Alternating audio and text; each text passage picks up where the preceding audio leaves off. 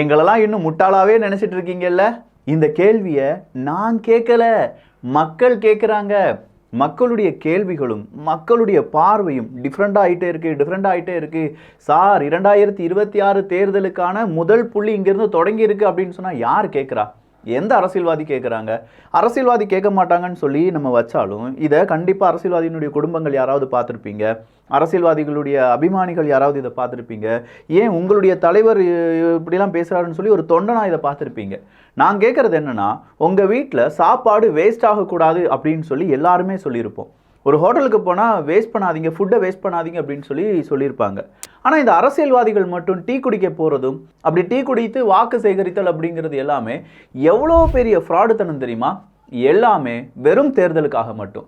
Tea குடிக்கிறது ஃப்ராடுத்தனம், பூரி போடுறது ஃப்ராடுத்தனம், காய்கறி விற்பது ஃப்ராடுத்தனம், முடி வெட்டி கொடுப்பது ஃப்ராடுத்தனம், இன்னும் நிறைய ஃப்ராடுத்தனம் இருக்குது. இவங்கெல்லாம் டெய்லி வந்து இதை செய்வாங்களா அப்படின்னு பார்த்தா வாய்ப்பில்லை ராஜா, வாய்ப்பில்லை. அதே மாதிரி சில பண்டிகைக்கு அந்த சமுதாயமாகவே மாறிடுறது. அவங்க சமுதாயமாக இருப்பாங்க, ஆனால் அந்த பண்டிகை தினம் மட்டும் அவங்க சமுதாயமாக மாறி எல்லாமே அவங்களுடைய உடையெல்லாம் போட ஆரம்பிச்சிருவாங்க. இது என்னன்னு கேட்டிங்கன்னா, அவங்கள கவர்வதற்காக மட்டுமே செய்யப்படக்கூடிய பழைய காலத்து நம்பியார் ஸ்டைல் அப்படின்னு சொல்லலாம். எப்படி இதெல்லாம் இவ்வளோ ஸ்ட்ராங்காக சொல்கிற அப்படின்னு கேட்டிங்கன்னா, இதுக்கு ஏதாவது ஒரு ப்ரூஃப் இருக்கா அப்படின்னு நீங்கள் கேட்டிங்கன்னா, இல்லை இன்னும் ஏதாவது நீங்கள் கேட்டிங்கன்னா அதுக்கான பதிலெல்லாம் இந்த வீடியோவில் இருக்குது. இது அரசியல் புயல் ரொம்ப ஸ்ட்ராங்காக வீசுதில்ல. அரசியல் சேனல்கள் 1000 இருக்கும்போது அரசியல் சதுரங்கம் அப்படின்னு சொல்லி இப்போ பிறந்த குழந்தை 1.5 லட்சம் 2 லட்சம் வியூஸ் எல்லாம் அடிச்சிட்டு இருக்கு. நிறைய பேர் இதை பார்த்துட்டு இருக்காங்க, நிறைய பேர் இதை ஷேர் பண்ணுறாங்க அப்படின்னு சொல்லும்போதே புயல் வீசுகிறது. இது தமிழ் பொக்ஷம் வழங்கும் ஆழமான அரசியல் சதுரங்கம்.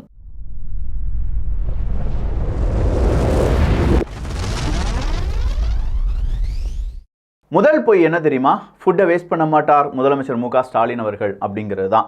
அது எப்படி விக்கி இவ்வளோ ஸ்ட்ராங்காக சொல்கிற அப்படின்னா, டீ கடையில் டீ குடிப்பதை போல் நடித்து மோந்து பார்த்து வாக்கு சேகரித்தார் முன்னணி நடிகர் அப்படின்னு சொல்லி ஏடிஎம்கே ஆன்லைன் அப்படிங்கிற ட்விட்டர் பக்கத்தில் ஒரு வீடியோவை ஷேர் பண்ணியிருந்தாங்க. இந்த வீடியோவை இவங்க ஷேர் பண்ணுறதுக்கு முன்னாடியே 4-5 நண்பர்கள் எனக்கு பர்சனலாக டிஎம் பண்ணியிருந்தாங்க. நானும் போய் பார்த்தேன், அதுலேயும் ஜூம் பண்ணிலாம் நான் பார்த்தேன். உண்மையிலேயே அவர் குடிக்கிறாரா? அவர் மட்டும் இல்லை, அங்கே இருக்கக்கூடிய வேட்பாளர்களாக இருக்கட்டும், இன்னும் பல கட்சி அந்த நிர்வாகிகளாக இருக்கட்டும், இவங்கெல்லாம் அந்த டீயை குடிக்கிறாங்களா அப்படின்னு சொல்லி பார்த்தேன். ஏன்னா எப்போ பாரு இந்த சன் நியூஸை திறந்தாலே முதலமைச்சர் வாக்கிங் போன போது இந்த மாதிரி ஓட்டுக்களை கேட்டார், முதலமைச்சர் டீ குடிக்க போன போது ஓட்டுக்களை கேட்டார், முதலமைச்சர் குளிக்க போன போது ஓட்டுக்களை கேட்டார் அப்படின்னு சொல்லி எங்கே போனாலும் ஓட்டுக்களை கேட்டார் அப்படின்னு சொல்கிற அந்த செய்தியை பார்க்க முடிந்தது. சரி, அவர் டீ கடைக்கு எதுக்கு போவார்? எங்கள் நாமெல்லாம் எதுக்குங்க டீ கடைக்கு போவோம்? டீ குடிக்கிறதுக்காக போவோம், ஃபோட்டோ எடுக்கிறதுக்காக நம்ம போக மாட்டோம். நேராக முதலமைச்சர் உட்கார்ந்துருக்காங்க, கிட்ட ஒரு வேட்பாளர் இருக்காங்க, முதலமைச்சர் டீ குடிக்கும்போது அங்கே இருக்கக்கூடிய வேட்பாளர்களுக்கு ஓட்டுக்களை கேட்டார் அப்படின்னு சொல்கிற அந்த ஒரு செய்தி பரப்பப்படுது. அட்லீஸ்ட் வீடியோவாவது நீங்கள் போடாமல் இருந்திருக்கலாம். பார்க்கக்கூடிய எல்லாருமே என்ன முட்டாளா? எல்லாருமே என்ன திமுக காரங்களா? எல்லாருமே என்ன நீங்கள் சொல்கிறதெல்லாம் நம்பக்கூடிய மனிதர்களா? எல்லாருக்குமே கேள்விகள் இருக்குது, எல்லாருக்குமே பகுத்தறிவு இருக்குது, பெரியார் சொல்லி கொடுத்த பகுத்தறிவு இருக்குது. பகுத்தாய்ந்து உண்மை என்ன, பொய் என்ன, நடிப்பு என்ன, போலி என்ன அப்படிங்கிறதை பகுத்தாய்வு செய்வதற்கான எல்லா விதமான அந்த திறன்களும் எங்களுக்கு இருக்குது. நீங்கள் என்ன செய்கிறீங்க? காஃபி எடுக்கிறீங்க அப்படின்னு சொல்லிட்டு அப்படியே கொடுத்துட்றீங்க. ஒரு கிளாஸ் காஃபி அப்படியே தான் இருக்குது. ஒரு கிளாஸ் காஃபியை நீங்கள் குடித்த காஃபி யாராவது மறுபடியும் குடிப்பாங்களா? எந்த ஒரு தொண்டனாக இருந்தாலும் அப்படிலாம் செய்ய மாட்டாங்க. அது வேஸ்ட்டு தானே. நீங்களே ஃபுட்டை வேஸ்ட் பண்ணுறதுக்கு சொல்லி கொடுக்குறீங்களா முதல்வரே அப்படிங்கிற கேள்வியுடன் அங்கே கேட்டுட்டு இருக்காங்க. அந்த மாதிரி அந்த கிட்ட இருக்கக்கூடிய இன்னொரு நபரும் என்ன செய்கிறாரு? அவரும் குடிக்கிற மாதிரி குடிச்சிட்டு அந்த காஃபி அப்படியே அங்கே வச்சுட்டு போயிடுறாரு. ஃபுட்டை வேஸ்ட் பண்ணாங்க ராசாக்களா அப்படின்னு சொன்னால் இப்போ நம்ம மேலே சில நபர்கள் வந்து ஏன் இதெல்லாம் வந்து தப்பாக சொல்கிற, இதெல்லாம் உன் பார்வை தவறு. என் பார்வை தவறு கிடையாது, உங்களுடைய தலைவர்கள் செய்வது தவறு. அந்த தவறை நான் இங்கே தவறுன்னு சொல்கிறேன், அவ்வளோதான். இது நீங்கள் தவறு இல்லைன்னு சொல்லுங்கள் பார்ப்போம். ஒரு டீயை நீங்கள் வாங்கி அந்த டீ மாஸ்டர் எவ்வளோ வருத்தப்பட்டிருப்பார். நம்மகிட்டருந்து டீ வாங்கிட்டு ஒரு கப் கூட ஒரு சிப் கூட குடிக்காமல் நம்மளை தூர ஊற்ற வச்சுட்டாங்களே அப்படின்னு சொல்லி அவருடைய மனதை எவ்வளோ புண்பட்டுருக்கும். அதை யாராவது கவனிக்கிறீங்களா? அவருடைய உழைப்பு, ஏன்னா அவரும் அந்த இதில் வராரு, அவரும் அந்த வீடியோவில் வரார். ஏதோ அவருடைய வேலையை இது ஒரு மாதிரி கொச்சப்படுத்துகிற மாதிரி இல்லை. நீங்களே சொல்லுங்கள். நான் ஒரு சாஃப்ட்வேர் இன்ஜினியர், என்கிட்ட வந்துட்டு ஒரு சாஃப்ட்வேர் செய்வதற்காக வந்த ஒரு அரசியல் தலைவர் விக்கியிடம் வாக்குகளை கேட்டார் அப்படின்னு சொல்லிட்டு, தம்பி இந்த சாஃப்ட்வேர் செய்யணும்னு சொல்லிட்டு மட்டும் போயிட்டார்னா, சார் நீங்கள் வந்தது சாஃப்ட்வேர் செய்கிறதுக்கு, ஆனால் நீங்கள் பேச மட்டும்தான் செஞ்சுருக்கீங்க, அதுக்கான டிராஃப்ட்டு நான் வந்து நிறைய ரிசர்ச்லாம் பண்ணணும், அதெல்லாம் தேவையில்லை. வந்தோம், ஃபோட்டோ எடுத்தோம், போயிட்டோம். என் வேலையை கொச்சப்படுத்துகிற மாதிரி இருக்கா இல்லையா? இதுதான் அந்த டீ மாஸ்டருக்கும் இருந்திருக்கும். மக்கள் யோசிங்கப்பா, இப்படியான பழைய அந்த நம்பியார் ஸ்டைல் அந்த ஓட்டு சேகரிப்பெல்லாம் நிராகரியுங்கள். இதெல்லாம் தேவையில்லாத ஆணி. இந்த ஆணியை செய்வதற்கு பதிலாக உருப்படியாக வேற ஏதாவது 4 பேர்கிட்ட போய் நாம் என்ன நல்லது செஞ்சோம் அப்படின்னு சொல்லி கேட்டிருந்தாலே ஓட்டுகள் நிறைய கிடைக்கும். வருங்கால அரசியல்வாதிகள் தயவு செஞ்சு இந்த தவறை செய்து விடாதீர்கள். இந்த ஒட்டுன கையை அட்லீஸ்ட் கொஞ்சமாக இப்படிலாம் வெளியில் எடுத்துல நீங்கள் வணக்கம் வைக்கலாம். இப்படியே இருக்கணும்னா இல்லை, மக்களிடம் உண்மையாக பேசுங்க. நீங்கள் அரசியல்வாதியாக பேசாமல் உண்மையாக பேசும்போது இப்போ இருக்கக்கூடிய மக்கள் அதை ஏற்க ஆரம்பிச்சிருக்காங்க. நிறைய யங்ஸ்டர்ஸ் இதெல்லாம் கவனிச்சிட்டு இருக்காங்க. இப்போ நான் சொல்லும்போது கூட இது ஒரு பெரிய நெகட்டிவாக மாறும். ஒரு ஃபோட்டோ காண்பித்தது பெரிய பிரச்சனை அப்படின்னு சொன்னால் எஸ், நீங்கள் அப்படியே சொல்லிட்டு போயிருங்களேன். முதலமைச்சர் மு க ஸ்டாலின் அவர்கள் இல்லாட்டி இந்த அரசியல் கட்சியை சார்ந்தவர், இந்த அரசியல்வாதி டீக்கு போஸ்ட் கொடுக்குற மாதிரி ஓட்டுகளை கேட்டார். உண்மையை சொல்லிட்டு போயிருங்க. டீ குடிக்க வந்தார், அதில் ஓட்டு கேட்டார் அப்படின்னு சொல்லி பொய்யை கலக்காதீங்க. இங்கே நீங்கள் பொய் கலப்பது அப்படிங்கிறது தமிழ் பட்சத்தில் இன்றைக்கி டீட்டெயிலான ஒரு காணொலி பதிவு பண்ணியிருக்கோம். பொது அரசியலை பற்றி நம்ம தமிழ் பட்சத்தில் பேச வேண்டாம் நினைப்பது தான். ஆனால் வேறு வழியே இல்லை, நம்ம பேசி ஆக வேண்டியதாக இருக்கிறது அல்லவா. அதனால் நம்ம இங்கே பேச போகிறோம். அது தமிழ் பட்சத்தில் அதுவும் வீடியோவாக வரப்போகுது. சரி, அடுத்ததாக என்ன நடந்துச்சு? நாங்கள்லாம் முட்டாளாவே எங்களை அப்படியே நினச்சிட்டே இருக்கீங்களா அப்படின்னு கேட்குறதுக்கு உதயநிதி ஸ்டாலின் அவர்கள் 2016 வேற எதுவுமே இல்லை. இன்னைக்கு அவர் என்ன செய்கிறாருப்பா? எல்லாருக்கும் ஓட்டு கேட்டு போயிட்டு இருக்காரு. சூப்பர், நல்லபடியாக பண்ணுறாரு. நல்ல ஒரு அரசியல்வாதியாக மாறி வருகிறார். இப்போ தான் அவருக்கு எக்ஸ்பீரியன்ஸ் இல்லைனாலும் குடும்ப அரசியல் காரணமாக அவருடைய பிளட்டில் பொலிட்டிக்ஸ் அப்படிங்கிறதுக்கு நல்லா பேசுகிறாரு மனுஷன். வந்து ஓட்டு கேட்குறாரு. ஓட்டு கேட்கும்போது அங்கேருந்து நிறைய பெண்கள் கூச்சல் போடுறாங்க, அங்கே இருக்கக்கூடிய ஆண்களும் அப்படியே கூச்சல் போடுறாங்க. அப்போ கேட்குறாரு, என்ன மகளிர் உரிமை தொகையா இல்லை டாஸ்மாக் அப்படிங்கிறாங்க. 2014 டாக்டர் கலைஞர் அவர்கள் ஆட்சிக்கு தேர்ந்தெடுங்க, எல்லா வைன் ஷாப்பையும் மூடிடுறேன்னு சொன்னார். ஓட்டு போட்டீங்களா? ஓ, டாஸ்மாகா, அதை க்ளோஸ் பண்ணணுமா அப்படின்னு சொல்லி கேட்குறார் உதயநிதி ஸ்டாலின் அவர்கள். எஸ், அதை தான் அங்கே இருக்கக்கூடிய மக்கள் பேசிகிட்டு இருக்காங்க. இங்கே டாஸ்மாகால நிறைய பிரச்சனைகள் இருக்குது, எங்கள் ஊரில் நிறைய பேர் பாதிக்கிறாங்க அப்படின்னு சொல்லி அந்த மக்களுடைய குரல் கேட்கும்போது நம்ம உதயநிதி ஸ்டாலின் அவர்கள் என்ன செஞ்சுருக்கணும்?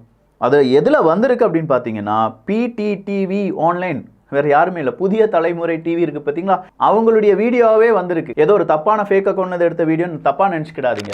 அப்போ அவர் என்ன கேட்குறாரு? ஒரு மனுஷன் ஒரு அரசியல்வாதியாக இருந்தால் என்ன கேட்டிருக்கணும்? ஏமா, உங்களுடைய நியாயமான கோரிக்கைக்கு நான் செவி சாய்க்கிறேன். உங்களுடைய தம்பியா, உங்களுடைய சகோதரனா நான் இதை கண்டிப்பாக பரிசீலிக்கிறேன், இல்லை ஏதாவது ஒன்று உங்களுக்கு நன்மை செய்கிறேன் அப்படின்னு சொல்லியிருக்கணும். இவர் என்ன தெரியுமா கேட்டார்? 2016 கலைஞர் அவர்கள் என்ன கேட்டார்? நாங்கள் நிறைய சொன்னார், என்ன வாக்குறுதி இல்லாமல் கொடுத்தாரு. அப்போ இவர் கேட்குறாரு, டாஸ்மாகை மூடுவோன்னு சொல்லி கேட்டாரா? நீங்கள் ஓட்டு போட்டிங்களா? 2016 கலைஞருக்கு ஓட்டு போட்டிங்களா? போடலைல்ல, அதிமுகவுக்கு தானே ஓட்டு போட்டிங்க அப்படின்னு சொல்லி கேட்குறாருங்க. திமிர் பேச்சா தெரியலை? டிஎம்கே சார்ந்தவங்க சொல்லுங்கப்பா. எதுக்கு டிஎம்கேவோ அதிகமாக இங்கே பேசணும் அப்படின்னா அவங்களுடைய அந்த கட்டமைப்பு இப்போ கேள்விக்குறியாக மாறி இருக்கு. அதனால தான் இப்போ திமுகவை பற்றி நிறைய பேர் விமர்சனம் வைக்கிறாங்க. ஒரு வருஷத்துக்கு முன்னாடி திமுக பற்றி யாராவது பேசியிருப்பாங்களா? இல்லை. டைம் கொடுத்தாங்க, மக்கள் எல்லாருமே டைம் கொடுத்தாங்க. 2 வருஷத்தில் 10 வருடங்களாக இருந்த அதிமுகவினுடைய ஆட்சி மாறி அடுத்ததாக திமுக நன்மை செய்யும் அப்படின்னு சொன்னதில் உடனடியாக எந்த மாற்றமும் செய்ய முடியாது. அட்லீஸ்ட் 1-2 வருடங்களாவது அந்த மாற்றம் தெரிகிறதுக்கு நேரம் ஆகும் அப்படின்னு சொல்லி டைம் கொடுத்தாங்க. அந்த டைமெல்லாம் கொடுத்த பிறகு தான் மக்கள் இந்த கேள்வியை கேட்குறாங்களே தவிர உடனடியாக உங்ககிட்ட எந்த மக்களும் இந்த கேள்வியை கேட்கல. ஆனால் அவங்க கெட்ட நேரம் இனி 2 வருடத்தில் ஒரு எலெக்ஷன் இருக்குது அப்படிங்கிறது தான். அதுவும் முக்கியமான எலெக்ஷனாக இருக்குது. அங்கே பெரிய ஒரு சக்தியாக இபிஎஸ் மறுபடியும் மாறிட்டு இருக்கார். அடுத்தபடியாக இந்த பக்கமாக சீமான் பெரும் கட்சியாக மாறிட்டு இருக்காரு. பிஜேபி அண்ணாமலை அவர்கள் அடுத்ததாக பெரும் ஒரு தொல்லையாக உங்களுக்கு எல்லாமே மாறிட்டு இருக்காரு அப்படின்னு சொல்லும்போது அரசியல் களம் சூடு பிடித்து விட்டது. நம்பியார் ஸ்டைலும் இப்போ நீங்கள் கேட்ட மாதிரி 2016 கலைஞருக்கா ஓட்டு போட்டீங்க அப்படின்னு கேட்டால் அதே மக்கள் 2021 கலைஞருடைய முகத்தை நினைத்தும் மு க ஸ்டாலின் அவர்கள் கொடுத்த வாக்குறுதியும், கனிமொழி அக்கா கொடுத்த வாக்குறுதியும், உதயநிதி ஸ்டாலின் அவர்கள் கொடுத்த வாக்குறுதியும், ராசா அவர்கள் கொடுத்த வாக்குறுதியும், துரைமுருகன் அவர்கள் கொடுத்த வாக்குறுதியும் நம்பி தானே ஓட்டு போட்டாங்க.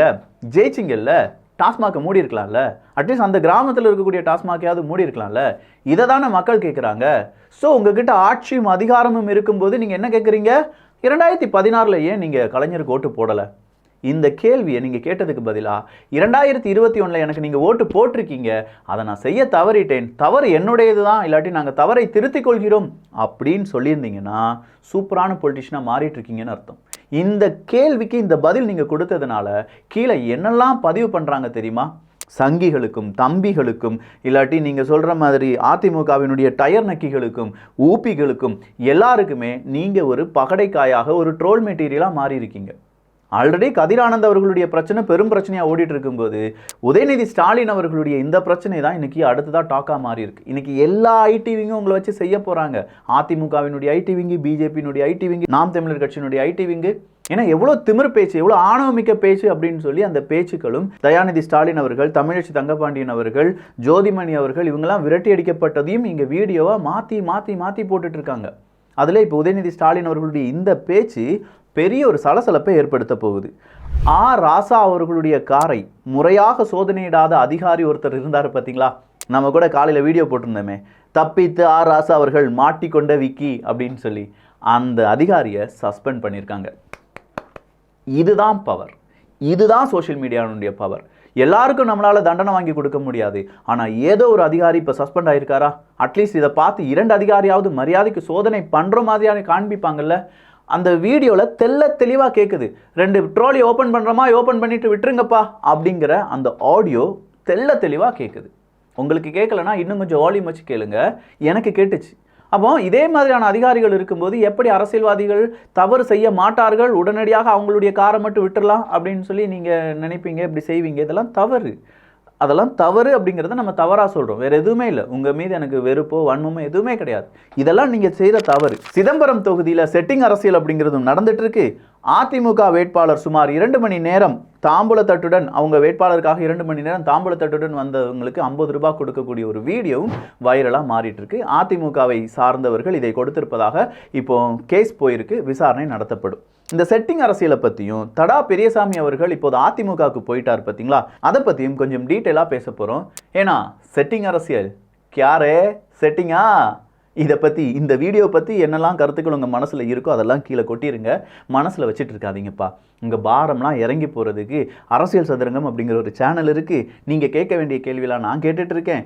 அரசியல்வாதிகள் தவறு செய்யக்கூடாது அப்படிங்கிறதுல முதன்மையான ஒரு கருத்துடன் நம்ம இங்கே மோதிட்டுருக்கோம். எந்த அரசியல்வாதியாக இருந்தாலும் சரி, அவங்க தவறு செய்யக்கூடாது, பொய் பேசக்கூடாது, ஃபுட்டை வேஸ்ட் பண்ணக்கூடாது, அதே மாதிரி திமிர் பேச்சு, ஆணவ பேச்சு இருக்கக்கூடாது. மக்களுக்கு சேவை செய்வது தான் அரசியல் அப்படின்னு சொல்லி தான் நீங்கள் மக்களை நம்ப வச்சுட்டு இருக்கீங்க. அதை விட்டுட்டு 2016 எனக்கு ஓட்டு போட்டியா, 2021 எனக்கு ஓட்டு போட்டியா, 2026 எனக்கு ஓட்டு போடுவியா, அதை கேட்கக்கூடிய அந்த அதிகாரம் நம்மகிட்ட இல்லை. ஓட்டு போடுறதும் ஓட்டு போடாததும் மக்களுடைய விருப்பம், உங்களுடைய கேள்வி கிடையாது. ஸோ இப்படி பல கேள்விகள் உங்கள் முன்னாடி வந்து போச்சுன்னா உங்கள் பாரம் குறையணும்னா அரசியல் சதுரங்கத்தை பயன்படுத்திக்கோங்க. நல்லதை பகிர்ந்து நல்ல சமுதாயத்தை உருவாக்குவோம். நன்றி, வணக்கம்.